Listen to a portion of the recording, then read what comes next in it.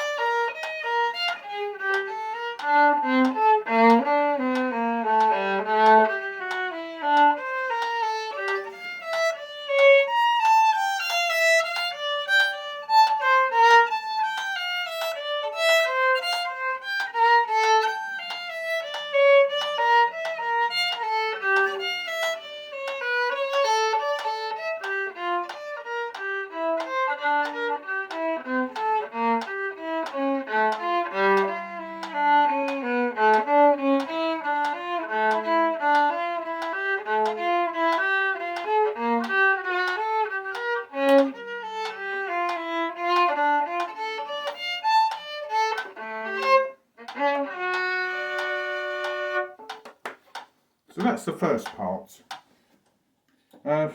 What the first thing about this, it appears to be in G minor, but it's not really, because it's modal, because it's only got one flat. So you're thinking what catches you out when you see E's. They are marked E flat now and again, but you've got to look out for the accidentals, because it's so easy to play an E flat instead of an E, because it's got this. It's like it's a mode effect. I think it's in one of the modes. But we go on to the first. That's the first half, which is relatively straightforward to play. But the second half, it gets increasingly difficult as it comes to the end. There's Bach, because as you got a part A is how many bars? 1, 2, 3, 4, 5, 6, 7, 8, 9, 10, 11, 12, 13, 14, 15, 16, 17, 18, 19, 20, 1, 22, 23, 24, 25, 26, 27, 28, 29, 30, 31, 32, 33, 34, 35, 36, 37, 38, 39, 40, 41, 42, 43, 44, 45, 46, 47, 48, 49, 50, 51, 52, 53, 54, 54 bars. You got the first half, and then the second half is a lot longer. It goes up to 135 bars in total. To take that off, you're talking about 80 bars, which any sort of dance form is. It's quite well extended, isn't it? I know the speed of it goes, but it's a bit like a Grand Prix race. You're negotiating bends with it all the time at fast speed, and that's what it feels like. But the second half, let's just go through the second half. But I think you've got to get to it's accentuating the bass notes of the group. The lowest note, I think, is the key. So we'll try it at 92 again. So it's 1, 2.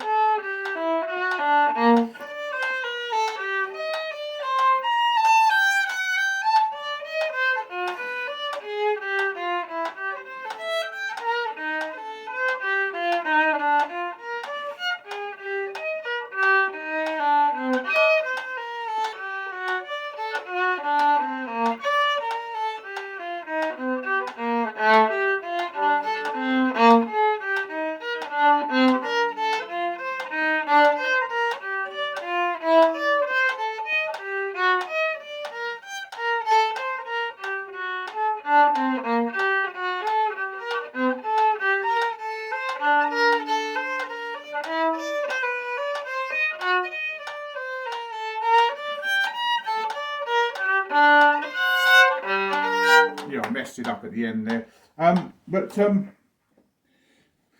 It's a powers of concentration, and then you realise, you know, the way the things are slurred, you're following the slurred of the notes, and then you realise that the actual bowing is upside down. Whether it's meant to be like that, I really do not know. This is why probably I'll need a lesson on it. I'll get some advice from somebody how to actually bow this. Talking about directions of bows, because it's all the other way around. So if we go from bar 95, you'll see what I mean. I mean, I do it without the metronome because I find, you know, trying to keep the time is a little bit distraction on what you actually do, because you're trying to keep with the beat, but then you've actually got to concentrate on your bow direction. So this is going from the top B thing here. It's not very good.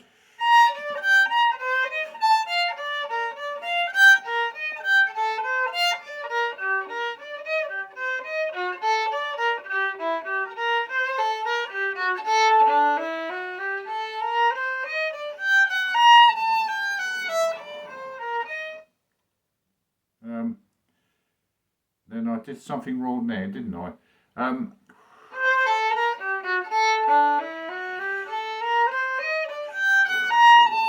So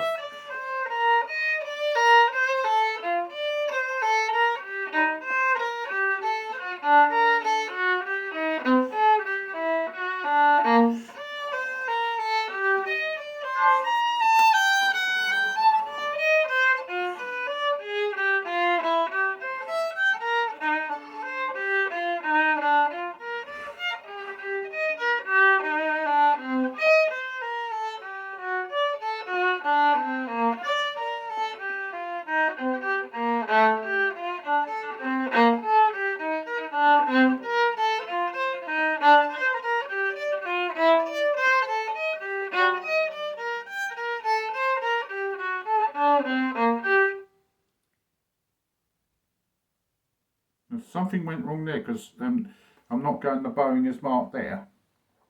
So we go from this bar here.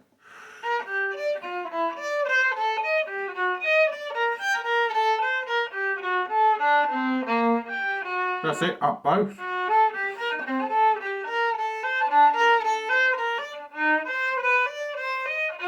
Down.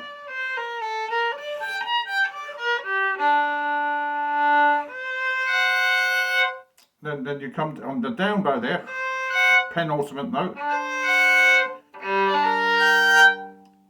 So I mean, with the resonant there, it's quite possible you end up with an up bow instead of a down bow. And I think, you know, with this up bow down bow culture, but it needs to be sorted out, because if you get in the habit of playing it a certain way, you've got to break your habit. It's a lot harder than actually learning it from scratch. Yeah, what the other thing I was going to say? Yeah, I would play this all in first position. I mean, the only time you have to come out first position is in the first part of the obvious one is on the D major arpeggio on the first part of part B.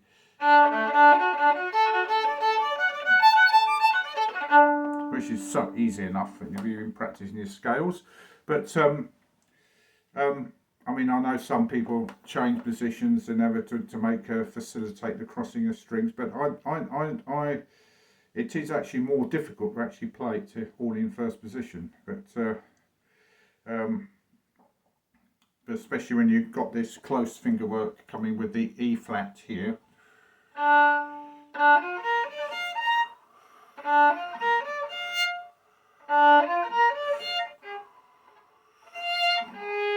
You go to A flat. So you just got to keep practicing that. There's 2 bars.